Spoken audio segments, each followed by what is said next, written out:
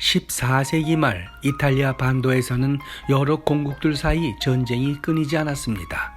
헌데 당시 전투 시에는 주로 전문적인 용병대가 활약했습니다. 그중 베네치아 공국과 밀라노 공국의 전쟁에서 활약한 가장 용맹하기로 이름난 이가 까르마놀리아였습니다. 그는 밀라노에 고용되어 군대 통수권을 쥐고 베네치아를 침공했습니다.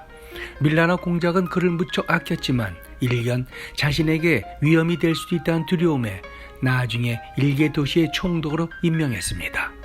이에 불만을 갖고 있던 그는 적국 베네치아가 더 좋은 조건을 제시하자 그곳의 총사령관으로 변신하여 이번에는 반대로 밀라노로 쳐들어갑니다.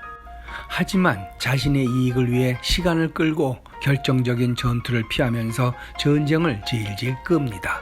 그러는 동안 다시 밀라노로부터 그가 베네치아를 버린다면 더 많은 보수를 주겠다는 제안을 받습니다. 까르마놀리아는 두 곳의 운명이 자신의 손안에 있다는 자만심에 빠지게 됩니다. 이때 신속하고 결정적인 승리를 원하는 베네치아는 작전 논의를 핑계로 그를 소환한 후 체포해 반역 혐의로 참수형에 처했습니다. 보다 더 많은 보수에 저울질하던 용맹한 용병의 최후였습니다. 보수를 받고 전투에 참여하는 용병은 고대로부터 부족한 병력을 보충하고 자국민을 보호하기 위해 활용되는 제도로 인류사와 그 역사를 같이 해왔습니다.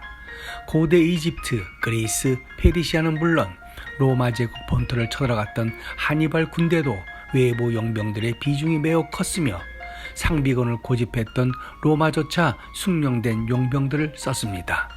그러다가 서로마 제국은 게르만 용병 대장 오도 아케르에 의해 멸망당하기까지 했습니다. 르네상스 시대에는 용병들이 서로 짜고 분쟁을 일으켜 싸우는 척하면서 보수만 받는 일도 있었습니다.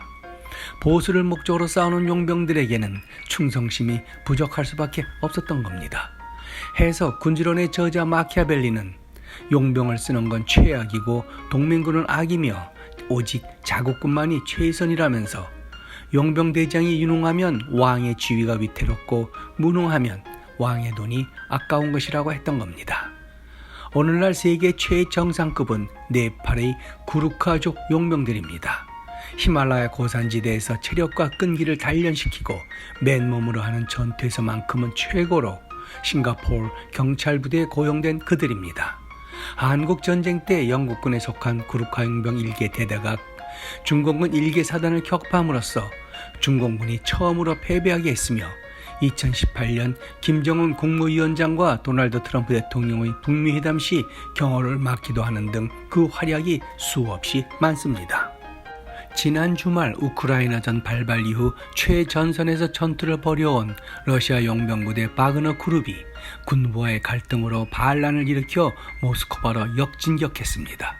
살인용병으로 불리며 분쟁 지역에 푸틴 특수부대로 악명을 떨쳤던 용병그룹 수장이 푸틴에게 등을 돌린 것입니다. 벨라루스의 대통령 중재로 상황은 하루 만에 종료됐다지만 이것으로 끝난 것일까요? 푸틴이 사라질 날을 기다리는 것은 아닐는지요? 아니면 그 반대일지도? 아무튼 바그너 그룹이란 이름은 이 용병그룹 공동 창업자가 숭배하는 작곡가 바그너를 따라 지은 것이라고 합니다. 생전에 반유대주의자였던 바그너는 작품에서 유대인을 사악하게 그렸습니다.